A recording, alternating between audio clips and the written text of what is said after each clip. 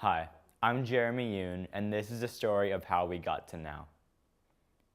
Once upon a time, we all lived in kin tribes. There was mom and dad, many siblings, and even cousins, aunts, and uncles. We took care of each other according to the degree of relatedness, something evolutionary biologists call inclusive fitness. We were fed, informed, and governed by those who had our best interests at heart. Then, thanks to energy and technology, our mobility and interconnectedness increased, enabling breathtaking progress. However, our social dynamics changed too. Energy increases the entropy of systems, and social entropy is no different.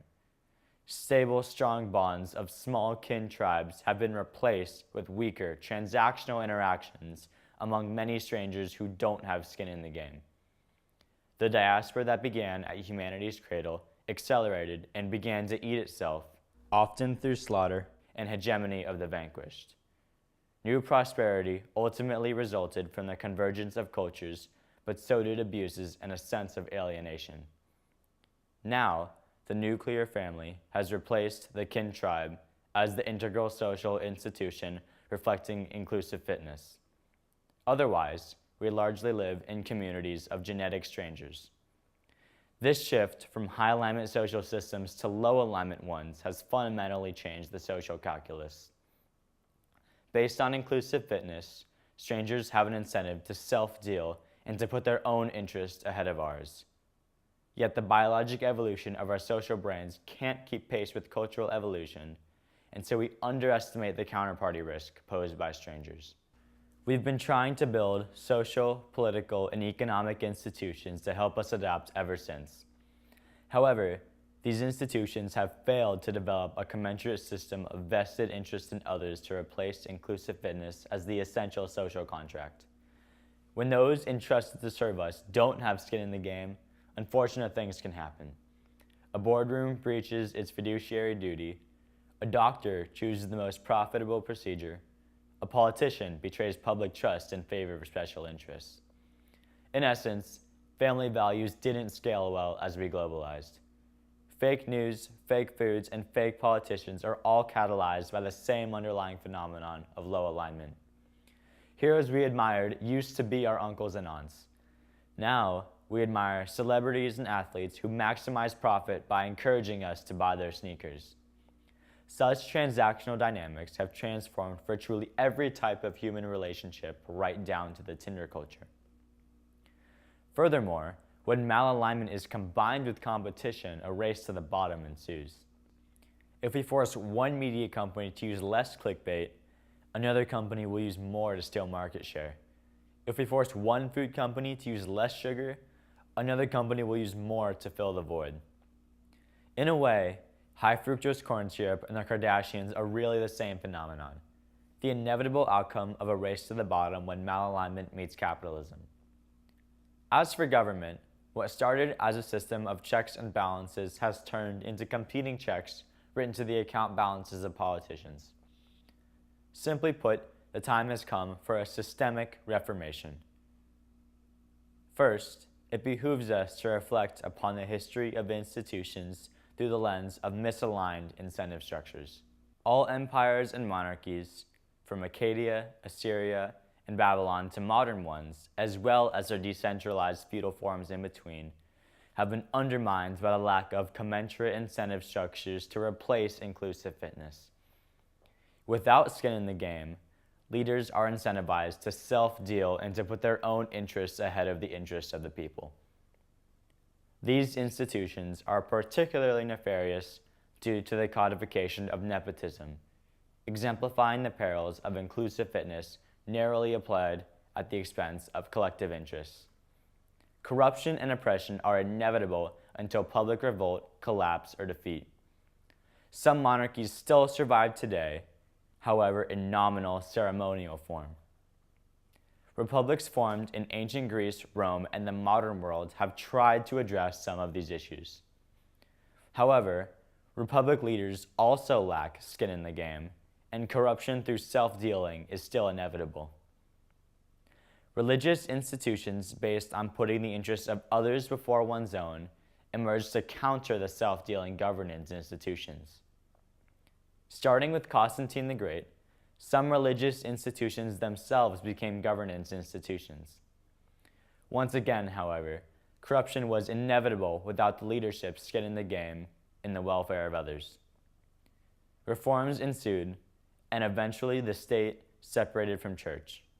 Empires, republics, and religious institutions often exhibit a grow-or-die tendency that feeds the beast and distracts from revolt. When these institutions do die, sometimes through violent revolutions, their replacements have failed to address the central issue, the need to develop commensurate incentive structures to replace inclusive fitness. Pete Townsend anthemized this Sisyphean hell of revolutions. Meet the new boss, same as the old boss. Dating back at least to the Code of Hammurabi and the Code of Urukagina, governance institutions adopted legal institutions to orient human behavior around incentives and disincentives.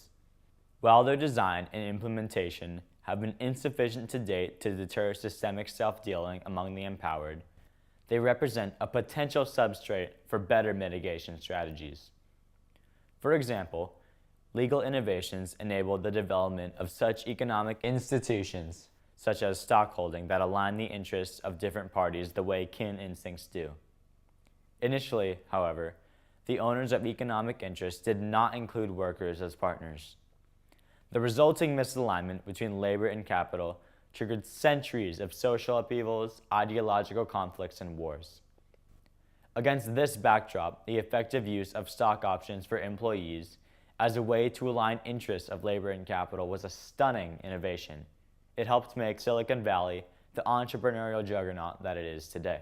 On the other hand, Silicon Valley companies too often don't serve their customers' long-term interests nearly as well as they serve their own. Clickbaiting to maximize profit and misusing consumer data both reflect a company over customer philosophy. These examples continue to demonstrate a recurring theme. Unless first-order alignment issues are addressed, solutions to second-order problems will only create derivative ones. World history, as described in textbooks, is largely an epiphenomenon of the central story of mismanaging our transition from the inclusive fitness of the tribal era to modern times.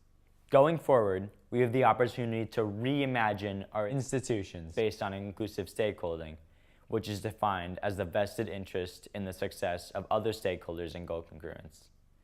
Attributes that were inherent in the inclusive fitness of our prehistoric social systems. For instance, blockchain tokens that align the interests of owners, workers, and consumers could be one way forward.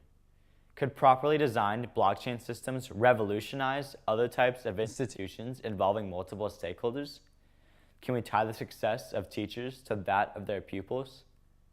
Can we tie the success of health insurance, food, and media companies to that of their customers? Can we tie the success of elected officials to that of their constituents? Can we find ways to include the environment, future generations, and others without a voice as stakeholders? Beyond blockchain, can we envision other systems that enable inclusive stakeholding the way inclusive fitness empowered the evolution of social systems? To be clear, there's no such thing as a perfect system of incentives. Even kin tribes operating on biologic inclusive fitness principles reflect rapid dilution of alignment as lineages arborize. It is intuitively appealing to speculate that some balance of competing interests and alignment of interests within social groups maximizes fitness across spatial and time fractals.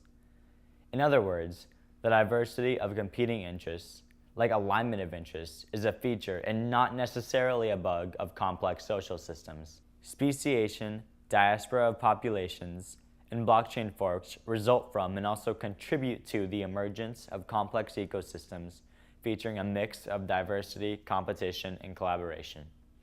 There is also no such thing as the right mix of these features for a particular ecosystem. The system adapts accordingly eventually. However, that won't be soon enough for humans living today.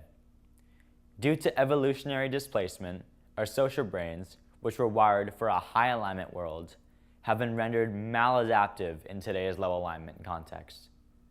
while reprogramming the underlying genetic source code may be possible one day, adaptation for now will have to be externally, culturally, and technologically driven, as biological adaptation will only proceed at its default glacial timescale. Unless addressed, this evolutionary lag error between our biological factory settings tuned to the prehistoric era and the realities of the modern environment will continue to be a source of potential dysfunctions. In this context, the so-called enlightened self-interest will only promote further mutual misappropriation of this evolutionary lag error for asymmetric gains. The recent entry of computing algorithms tuned to maximally clickbait and exploit weaknesses in human bioalgorithms will only accelerate the mining of this evolutionary lag error by tyrannical social, political, and economic institutions. With all of that as the background, we are pleased to announce the launch of a new $1 million social impact fund named Inclusive Stakeholding, dedicated to nurturing social innovation through the use of blockchain technologies and token economic models. Please visit us at inclusivestakeholding.org for further details on a white paper competition that will launch the funds. Buckminster Fuller said, "You never change things by fighting the existing reality. To change something, build a new model that makes the existing model obsolete." We will all be ultimately aligned with the success of your ideas. Whereas misalignment with competition is a race to the bottom, alignment with competition is a race to the top. If we succeed, our transformative journey from the kin tribe to the connected global village, the return home from the diaspora in the Joseph Campbell sense, will be complete. Let's write the story of how we will find our way back home. Thank you.